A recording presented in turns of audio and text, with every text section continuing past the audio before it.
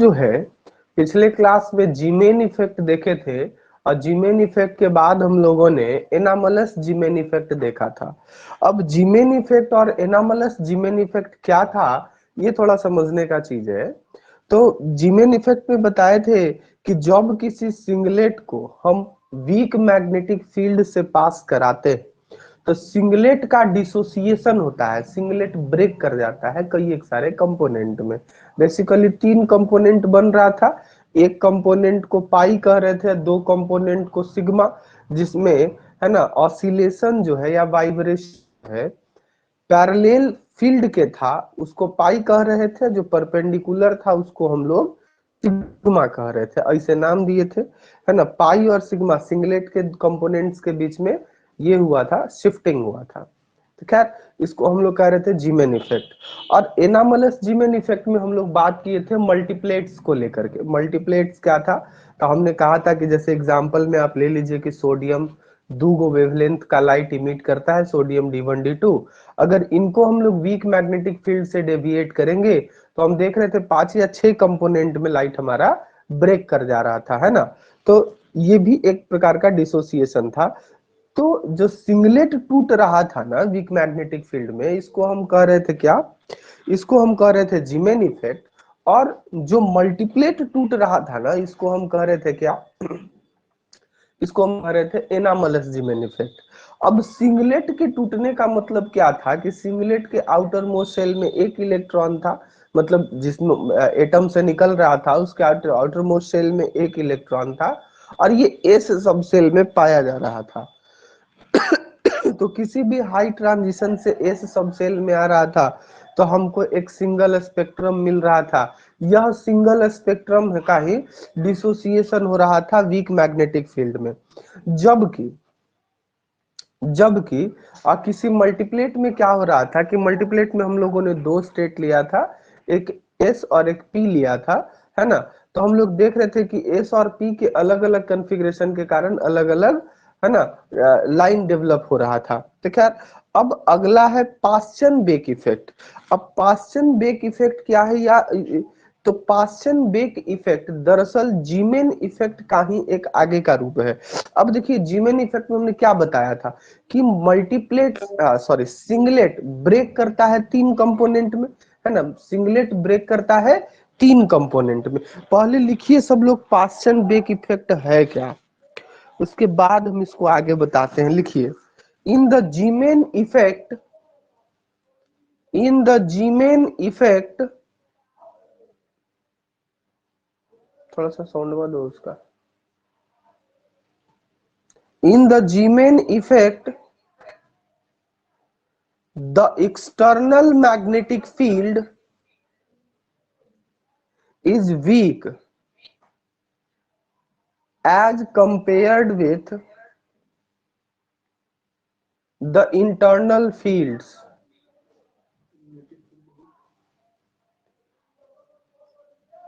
The external magnetic field is weak as compared with the internal field due to the spin and the orbital motions of the valence electron. एक बार मिला लेंगे।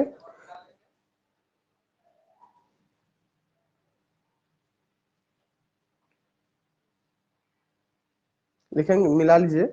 In the Zeeman effect, the external magnetic field is weak as compared with the internal fields due to the spin and orbital motion of valence electron. When however, आगे लिखेंगे, when however the strength of external field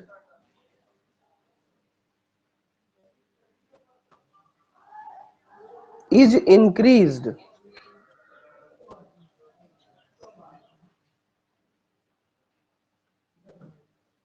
the separation between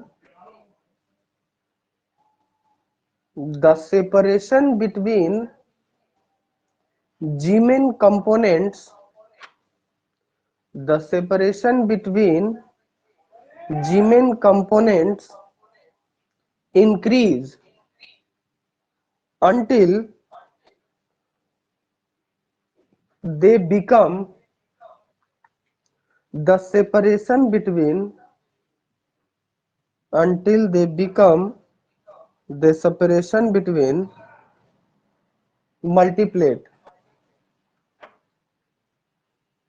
fine structure component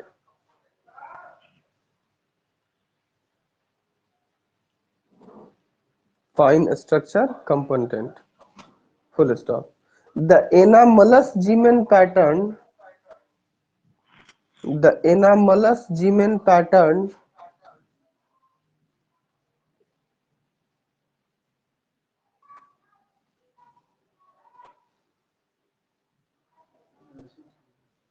the anomalous Zeeman pattern then change over to like a normal Zeeman pattern.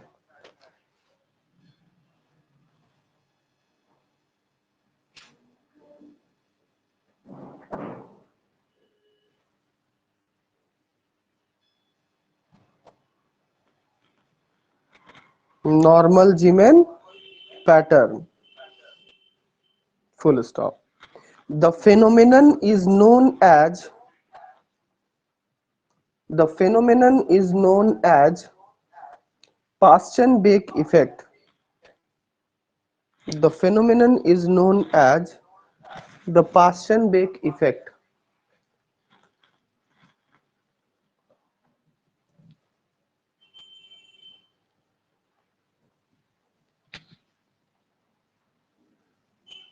Board पर लिख देंगे फिर समझाएंगे कहाँ जी प्रियांशु।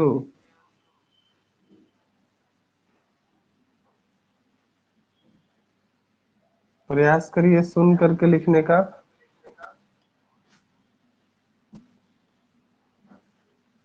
तो सुना लिख नहीं पाते हैं।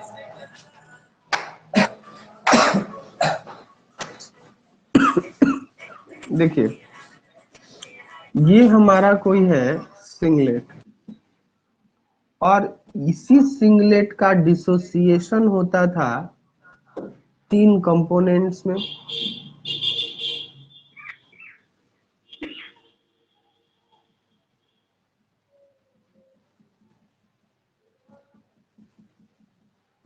ये दूगो को सिग्मा कहते थे और इसको पाई कहते थे।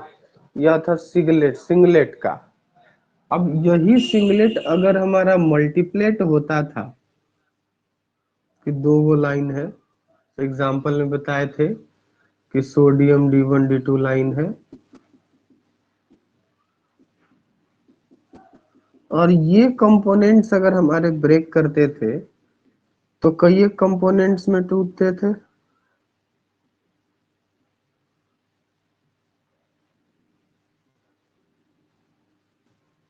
मान लेते हैं कि हमारे 6 कंपोनेंट्स में ये टूटेंगे।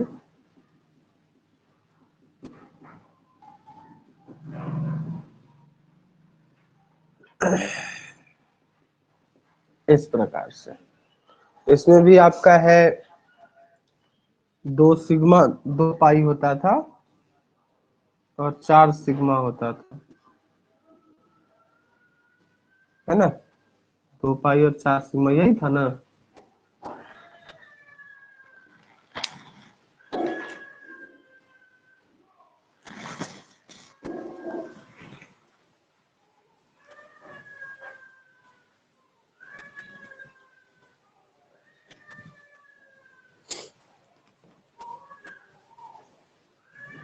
अपना इसी प्रकार का था। ये हमारा कोई था मल्टीप्लेट मल्टीप्लेट।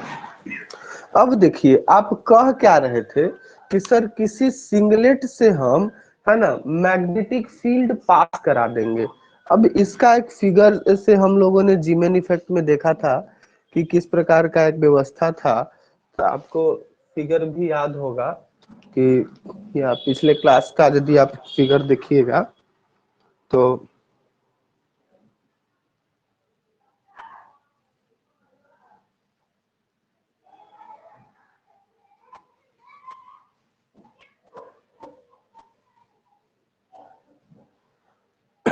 ये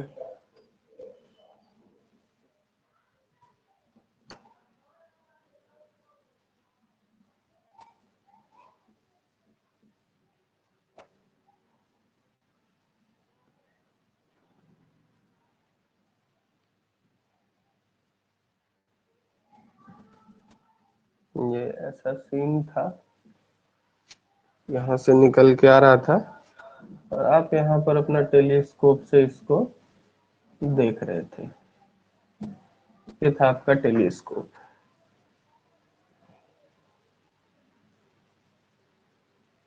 अपना आप ऐसे इसको देख रहे थे, व्हाटएवर जो भी सीन था। एक तो कोलिमेटर था, ये एलजी प्लेट था हमारा, है ना, और यही कोई हमारा मैग्नेटिक फील्ड था। यहीं पर आप कह लीजिए कि आपने मैग्नेटिक फील्ड अप्लाई किया था कोई हॉर्सू नेल के मदद से। अब कहता है कि जैसे जैसे हम एक्सटर्नल मैग्नेटिक फील्ड, यहीं पर है ना कि यहाँ से कोई एक सोर्स से जो है कोई सिंगलेट पास करा रहे हैं या कोई मल्टीप्लेट पास करा रहे हैं, है ना, तो इस चुंबक के द्वारा जो है ये स्प्लिट हो जा रहा है, जिसको कलेक्ट कर रहा है ये कोलिमेटर। ये आपका एलजी प्लेट है, बेहतर रिजोल्यूशन के लिए हम लोग यूज करते हैं, ऑप्टिकल डिवाइस है ना। और ये फिर हमारा एक प्रिज्म है ना। इस प्रिज्म के से डेविएशन के बाद फिर हम लोग टेलीस्कोप से देखते हैं, तो यही सब हमारा सीन मिलता है। तो अब कहता है कि देखिए जैसे जैसे एक्सटर्नल फील्ड का आप स्ट्रेंथ बढ़ाते जाइएगा, जैसे जैसे एक्सटर्नल फील्ड का आप स्ट्रेंथ बढ़ाते जाइएगा, एनामलस जीमेन इफेक्ट में जीमेन पैटर्न का जो शिफ्टिंग है, एनामलस जीमेन इफेक्ट में जीमेन पैटर्न का जो शिफ्टिंग है ये बढ़ते जाएगा, जीमेन पैटर्न का शिफ्टिंग बढ़ते जाएगा।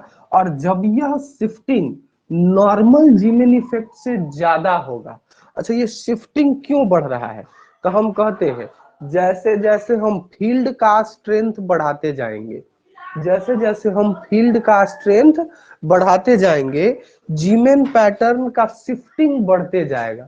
जैसे जैसे हम फील्ड का स्ट्रेंथ बढ़ाते जाएंगे, वैसे वैसे जीमेन पैटर्न का शिफ्टिंग बढ़ते जाएगा।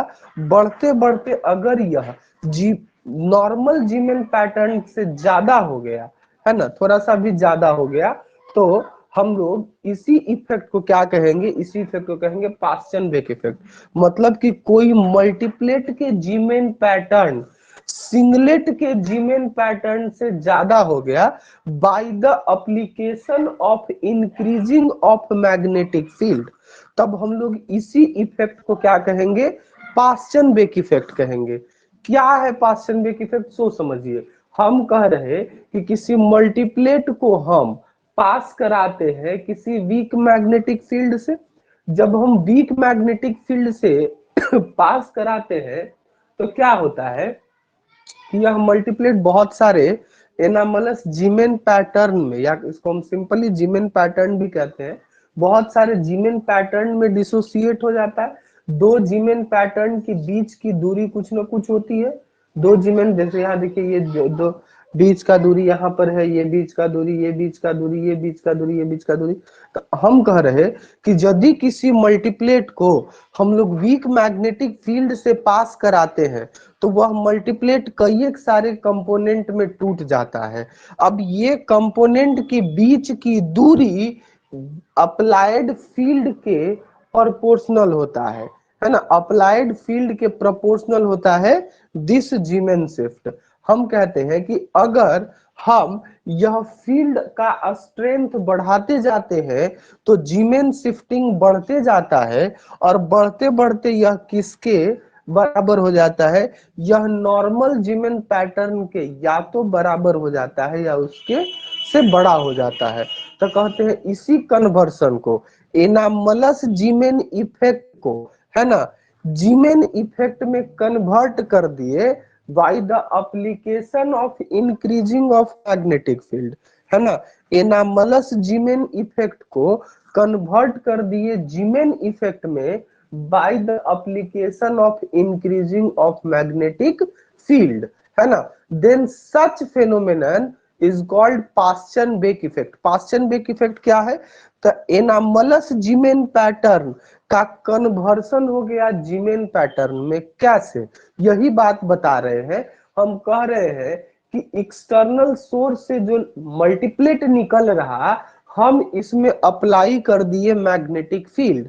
अगर यह मैग्नेटिक फील्ड वीक है तो वीक मैग्नेटिक फील्ड में मल्टीप्लेट डिसोसिएट कर गया कई एक सारे जीमेन पैटर्न में, कई एक सारे जीमेन पैटर्न में। उसके बाद हम देख रहे कि यदि फील्ड का स्ट्रेंथ हम बढ़ाते जाते हैं तो जीमेन पैटर्न के बीच का दूरी जो है यह बढ़ते जाता है। जीमेन पैटर्न के बीच का दूरी बढ़ते जाता है। अगर यह दूरी है ना नॉर्मल जीमेन इफेक्ट के जीमेन कंपोनेंट के बराबर हो गया, तब एनामलस जीमेन इफेक्ट बन गया नॉर्मल जीमेन इफेक्ट, है ना। एनामलस जीमेन इफेक्ट क्या बन गया? Normal Zeeman effect. कैसे बन गया?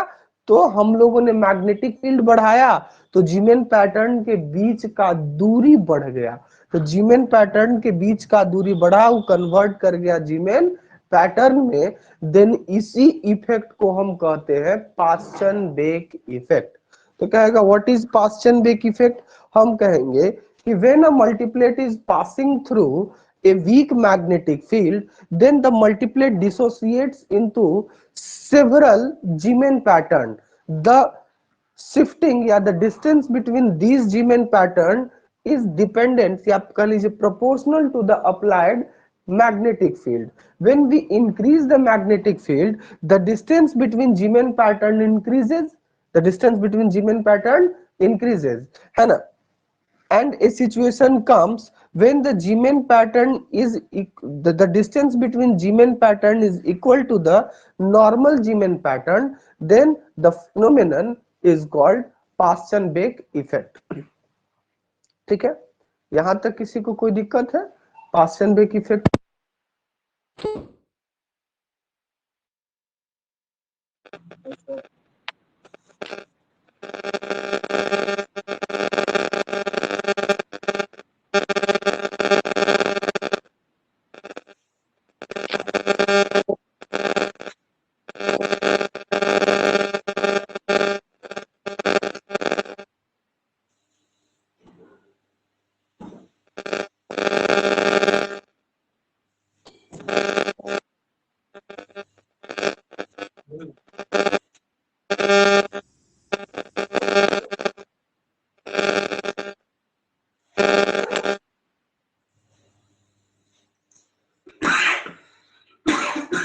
चलिए मेरे समझ से यहाँ तक दिक्कत नहीं होगा, है ना। तो चलिए नहीं है तो फिर हम आगे बढ़ते हैं। पास्चन-बेक इफेक्ट आप समझ लिए कि दरअसल यह कन्वर्सन है एनमस जीमेन इफेक्ट का जीमेन इफेक्ट में। हम कहते हैं कि जैसे जैसे अप्लाइड फील्ड का स्ट्रेंथ बढ़ाते जाते हैं, एनामलस जीमेन इफेक्ट कन्वर्ट कर जाता है जीमेन इफेक्ट में, है ना। इसी इफेक्ट ऑफ मैग्नेटिक फील्ड को हम कहते हैं पास्चन-बेक इफेक्ट, या कह लीजिए फेनोमेनन को हम कहते हैं पास्चन-बेक इफेक्ट। तो पास्चन-बेक इफेक्ट दरअसल क्या है? तो पास्चन-बेक इफेक्ट दरअसल एनामलस जीमेन इफेक्ट का जीमेन इफेक्ट में कन्वर्सन है bye the application of increasing magnetic field. Magnetic field को इंक्रीज करने के तत्पश्चात एनामलस जीमेन इफेक्ट जीमेन इफेक्ट में कन्वर्ट कर जाता है। इसी को हम कहते हैं क्या? Paschen-bake effect. अब समझिएगा कि ऐसा हुआ क्यों, ऐसा हुआ क्यों। तो हम सबको तो पता है कि मैग्नेटिक फील्ड अप्लाई करने के बाद प्रिसीजन होता है, कह लीजिए झुकाव होता है। एक तो एल का एस के साथ है, नहीं एल का एस के साथ ये है, और दूसरा फिर एगो इंटरैक्शन होता है जे का बी के साथ। तो आप टर्म याद रखिएगा, हम पिछले दिन लिखाए थे बहुत सारा स्पेक्ट्रोस्कोपिक टर्म जहां पर हम डिफाइन कर रहे थे। तो पहला चीज आप लोग को लिखाया था एल के बारे में। तो एल क्या था? तो आपका एल था मैग्नेटिक डाइपो नहीं मैग्नेटिक मोमेंट, कौन सा? ऑर्बिटल का। एस क्या था? स्पिन का एंगुलर मोमेंटम। एल क्या था? Orbital angular momentum. एस क्या था? स्पिन एंगुलर मोमेंटम, और जे क्या था, टोटल एंगुलर मोमेंटम, है ना। अब आपको याद होगा कि ऑर्बिटल एंगुलर मोमेंटम भी दो प्रकार का था, एगो रेडियल था और एगो एंगुलर था, है ना। एगो रेडियल था और एगो एंगुलर था, और सबका जेड कंपोनेंट क्या था, क्वांटाइज्ड था, है ना। सबका जेड कंपोनेंट क्या था, क्वांटाइज्ड था। सब भूला नहीं ना, सब कॉपी पढ़ो, भूल गया तब हम वापस से आते हैं उसी थ्योरी पर। लिखेंगे, लिखिए, when the external field B, when the external field B, when the external field B becomes a stronger, becomes a stronger as compared, as compared with the internal fields, the magnetic coupling, the magnetic coupling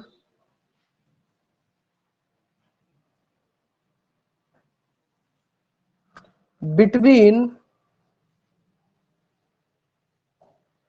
J and B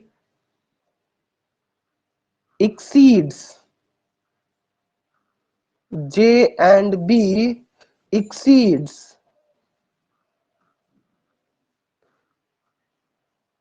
that,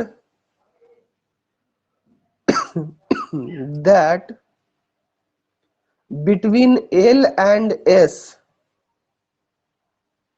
L and S. The precision of J,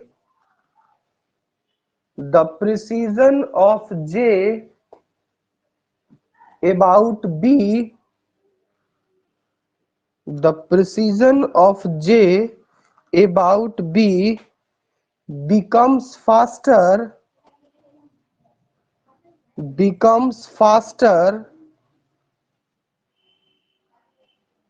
than that of L and S, than that of L and S, than that of L and S, that of L and S.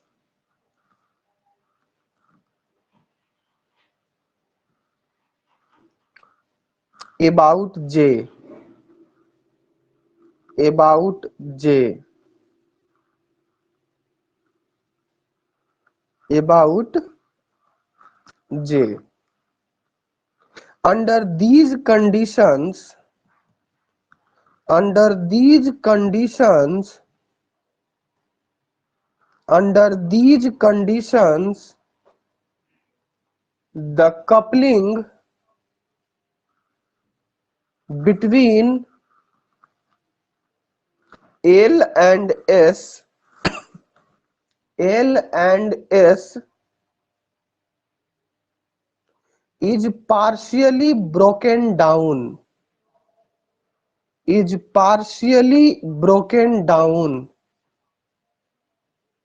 is partially broken down, and J, and J is no longer fixed, and J is no longer fixed, and J is no longer fixed in magnitude, in magnitude.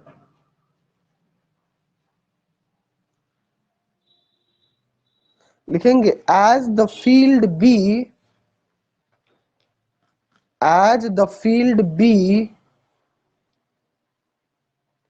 as the field B is further increased, as the field B is further increased, further increased L and S L and S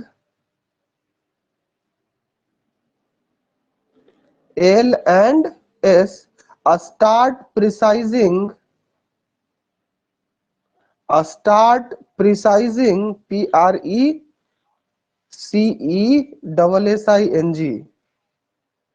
as the field B is further increased L and S start precising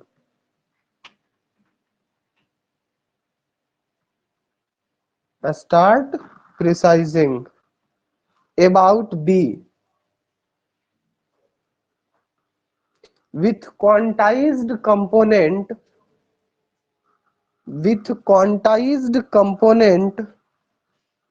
LZ and SZ LZ and SZ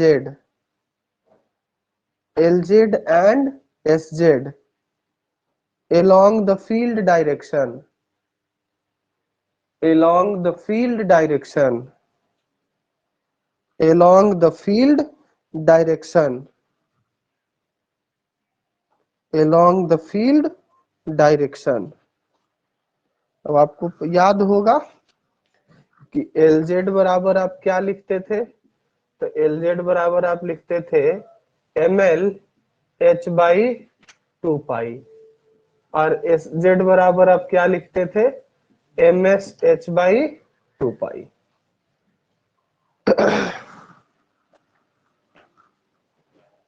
यहाँ पर ml का value क्या होता था, तो ml का value होता था l minus 1 l minus 2 dot dot dot 0 है ना, और यहाँ ये चलते जाता था इधर फिर माइनस l तक, और उसी प्रकार से ms का भी s minus 1 dot dot dot और ये माइनस s तक।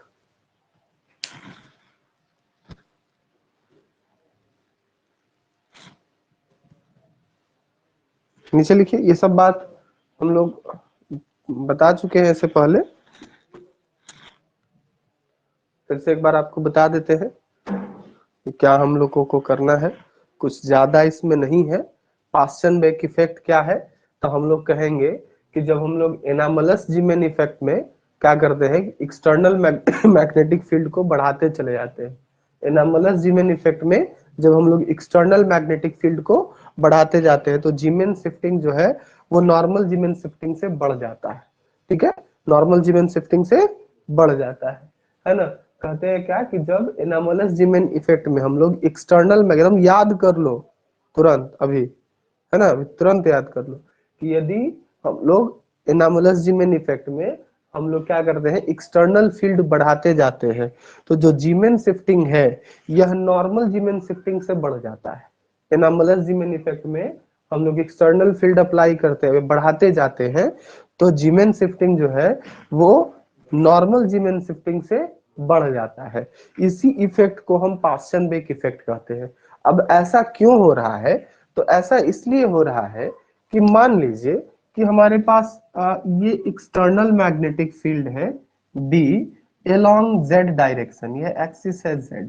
अब मान लेते हैं कि इसी के अलोंग हमारा मैग्नेटिक फील्ड B है। अब देखिए इस B में मान लेते हैं कि ये हमारा L था, इस L का कंपोनेंट इधर होगा LZ, इस L का कंपोनेंट हमारा होगा LZ। अपना ये L इस प्रकार से रोटेट कर रहा है। सिमिलरली मान लेते हैं कि ये हमारा S है और इस S का कंपोनेंट हमारा यह जो है यह है SZ, और अपना यह भी जो है SZ इस प्रकार से अपना रोटेट कर रहा है। ठीक है, तो अब कहता है कि L और S इन दोनों का आपस में कपलिंग होगा। L और S इन दोनों का आपस में क्या होगा, कपलिंग होगा। कपलिंग तो आप लोग समझबे करते हैं कि इलेक्ट्रॉन के दोनों मोशन, ऑर्बिटल मोशन और स्पिनिंग मोशन, इन दोनों मोशन के कारण मैग्नेटिक फील्ड है, समझ रहे हैं। और मैग्नेटिक फील्ड चूंकि इन दोनों मोशन के कारण है तो दो प्रकार का मैग्नेटिक फील्ड है और दोनों मैग्नेटिक फील्ड एक दूसरे को इंटरैक्ट करेगा, दोनों मैग्नेटिक फील्ड एक दूसरे से इंटरैक्ट करेगा और कपल जनरेट करेगा, उसी को आप कह रहे थे एलएस कपलिंग। तो कहता है कि ये एलएस कपलिंग से ज्यादा पावरफुल, एल और एस को मिला करके बना है जे, आपको याद होगा जेल बराबर जे बराबर एल प्लस एस। तो जो जे का कपलिंग है, अब देखिए एगो कपलिंग तो एल और एस के बीच का है ये है, अब दूसरा चूंकि नेट मैग्नेटिक फील्ड है जे और एक्सटर्नल मैग्नेटिक फील्ड है बी, तो एगो कपलिंग होता है जे का और बी का। तो शुरुआत में जब आप बी को कम लगाते हैं या बी कह लीजिए कम अगर होता है, तो जे और बी के बीच का कपल उतना स्ट्रांग नहीं होता है जितना कि एल और एस के बीच का होता है। लेकिन जैसे जैसे आप एक्सटर्नल मैग्नेटिक फील्ड को बढ़ाते जाते हैं, एलएस कपलिंग से ज्यादा पावरफुल जेबी का कपलिंग हो जाता है, एलएस के कपलिंग से ज्यादा पावरफुल किसका कपलिंग हो जाता है, जेबी का कपलिंग हो जाता है। हम कहेंगे कि जो जे है, फिलहाल जे आप लोग पढ़े होंगे कि जे एल और एस ये दोनों का वेक्टर सम है, J is the resultant vector of L and S, नहीं J is the resultant vector of L and S. हम लोग जानते हैं कि रिजल्टेंट वेक्टर उधर ज्यादा प्रिसाइज होता है जिसका मैग्नीट्यूड ज्यादा होता है, तो जे वेक्टर चाहे तो एल या तो एस के तरफ ज्यादा प्रिसाइज होगा, लेकिन जैसे ही आप external magnetic field B apply कर देते हैं, अब जे बी के तरफ ज्यादा प्रिसाइज करेगा, अब जे भी बी के तरफ ज्यादा प्रिसाइज करेगा, एल भी बी के तरफ प्रिसाइज करेगा, एस भी बी के तरफ प्रिसाइज करेगा, तीनों ही बी के तरफ प्रिसाइज करेगा। आपने लिखा है कि सर एल जेड बराबर होगा M L H by two pi, S Z बराबर होगा M S H by two pi. और जब आपने जे डिफाइन किया था तो आपने लिखा था कि सर जे का भी जो जेड कंपोनेंट होगा वह M J H by two pi के इंटीग्रल मल्टीपल में होगा। आपने इस बात को भी लिखा था जब आपने ये लगाया था, है ना। अब हम कह रहे हैं कि देखो जब बी का स्ट्रेंथ बढ़ाते चले जाएंगे, जब हम लोग बी का स्ट्रेंथ बढ़ाते चले जाएंगे, तो दरअसल जे प्रिसाइज कर रहा है बी के तरफ, तो जे के बी के तरफ प्रिसाइज करने का मतलब है कि एल भी बी के तरफ प्रिसाइज करेगा और एस भी बी के तरफ प्रिसाइज करेगा, एल भी जे बी के तरफ प्रिसाइज करेगा और एस भी बी के तरफ प्रिसाइज करेगा। और जो प्रिसीजन होगा वो इसको कभी नहीं छोड़ेगा, प्रिसाइज करेगा मतलब एलजेड का वैल्यू बढ़ेगा, प्रिसाइज करेगा मतलब एलजेड का वैल्यू बढ़ेगा, क्योंकि एलजेड तो कंपोनेंट है ना, और कंपोनेंट यही प्रिसीजन होगा तो कंपोनेंट का मैग्नीट्यूड बढ़ेगा, तो एलजेड प्रिसाइज होगा। लेकिन इस रूल को फॉलो करते हुए कि एलजेड किसका होगा M L H by two pi और एस जेड क्या होगा M S H by two pi, है ना। यहाँ पर एम एल और एस क्या है, तो एम एल जो है इस रूल को फॉलो करता है, एल प्लस प्लस एल से माइनस एल तक, और एम एस जो है प्लस एस से माइनस एस तक होता है।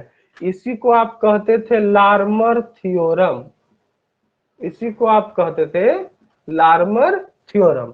तो जो प्रिसीजन होगा एक्सटर्नल मैग्नेटिक फील्ड के अप्लाई करने के बाद, जे का तो प्रिसीजन होगा ही, तो जे के प्रिसीजन के साथ साथ एल का भी प्रिसीजन होगा और एस का भी प्रिसीजन होगा, और यह प्रिसीजन जो है इस लार्मर थ्योरम को सेटिस्फाई कराते हुए होगा, है ना, लार्मर थ्योरम को सेटिस्फाई कराते हुए होगा।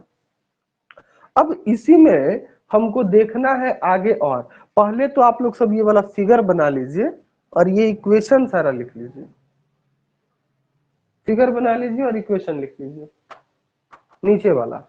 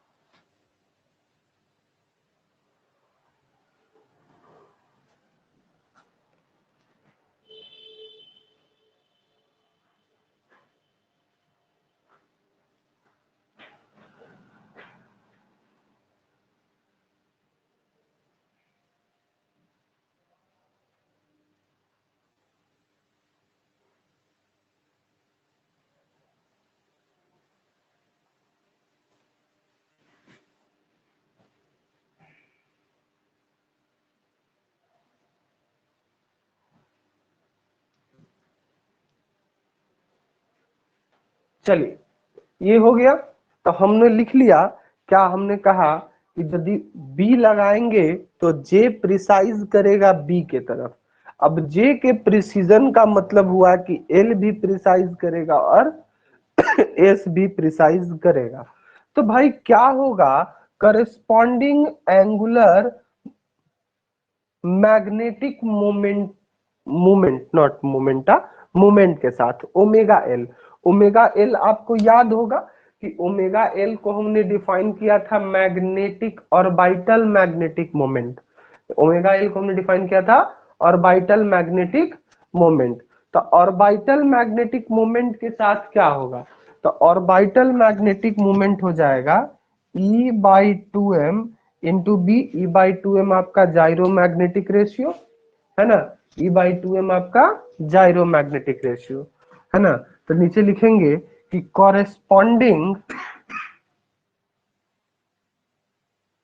कॉरेस्पॉन्डिंग मैग्नेटिक मोमेंट्स आर,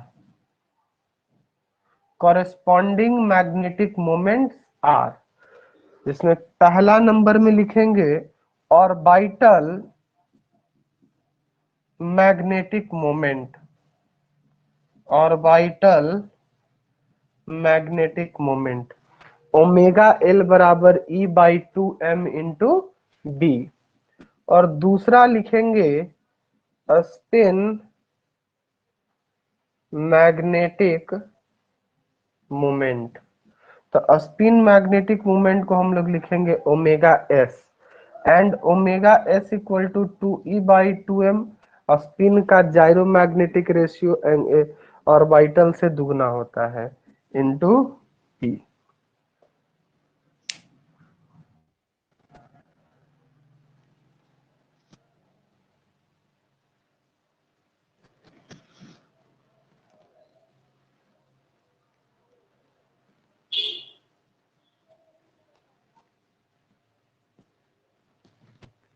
तो अब हम लोग निकाल सकते हैं एनर्जी डेल्टा ई एल बराबर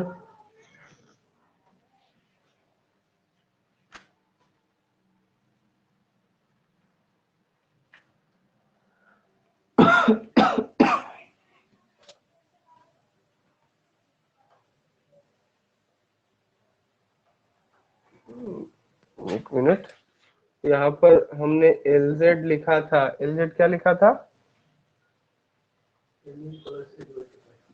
ml/2 पाई, और एक लिखा था SZ, SZ क्या लिखा था, MS/2 पाई। तो अब हम निकाल सकते हैं delta E L. Delta E L बराबर ये एनर्जी था omega L into L Z होता है नहीं। तो ओमेगा एल क्या है, ओमेगा एल है E/2m into B into L Z क्या है, दिस इज ml/2 पाई। देखो तो क्या आ रहा है यहां से,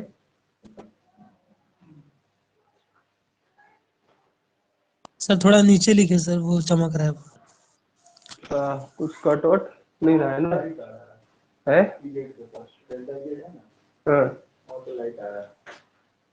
एल है। नीचे लिखे। अच्छा ये ऊपर वाला में सर चमक रहा है।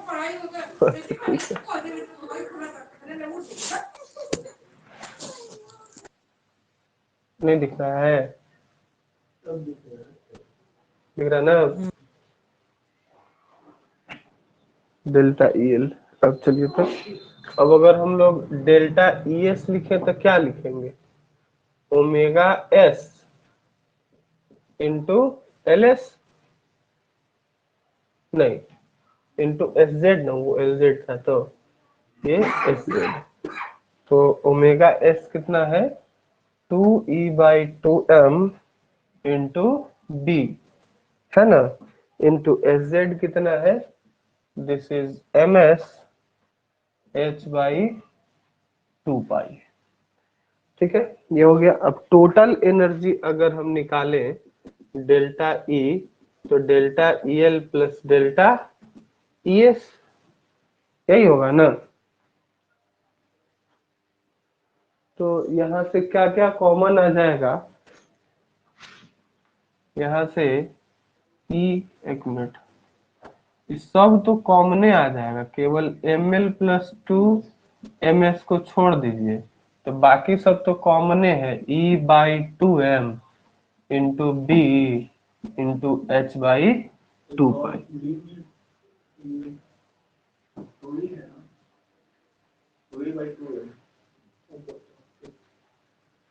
है ना। तो ये हमारा डेल्टा ई आ गया।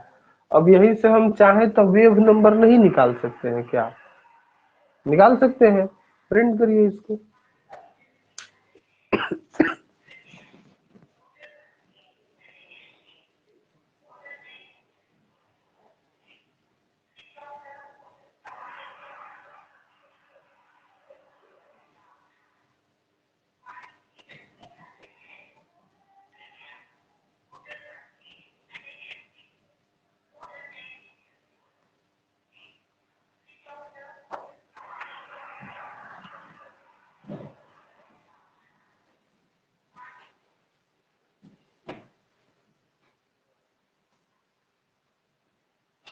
अगर यहीं से चाहिएगा तो शिफ्ट इन वेव नंबर भी निकाल लेंगे हम लोग।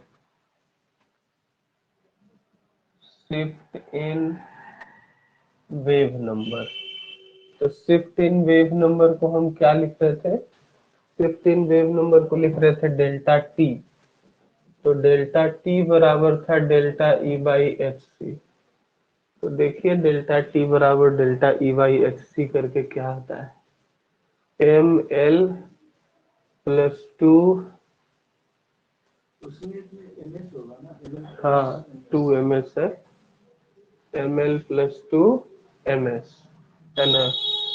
और एच तो कट जाएगा, ये हो जाएगा E B divided by 4 pi M, H भी कट जाएगा, सी।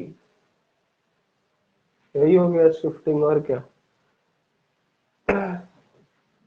ई B by 4 pi M C को आप एल डैश कहते हैं। तो डेल्टा टी बराबर M L plus 2ms into L dash, है ना। यहाँ एल डैश बराबर क्या है, E B by 4 pi M C, Lorentz unit, इसी को आप कहते हैं लॉरेंज यूनिट।